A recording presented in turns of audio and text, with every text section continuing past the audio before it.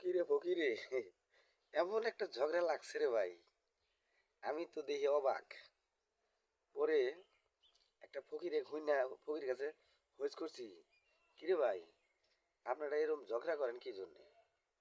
ফকিরে কইতাছে, কয় ভাই কি কো ভাই, আমরা এই 7 জন ফকির গেছিলাম ওই মন্ডলের বাড়িতে ভিক্ষা করবার নিয়ে। তো এই সর্দারে পাঠাইছিলাম ভিতরে ভিক্ষার নিয়ে। তে ভিক্ষা তো মনে করুন যে এই মন্ডলে যে ভিক্ষা দেয়, ছোটখাটো ভিক্ষা দেয় না, 20,000 30,000 টেকিরা মনে করুন যে দান খরচ করে। তো টাকাটি তোর কাছে দিছে দিছে ওই না বাস কি করছে, উয়াল খাই নিব, কয় আমি গেছিলাম ভিতরে।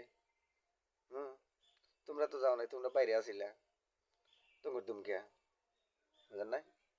এই তো হলো দেশের অবস্থা।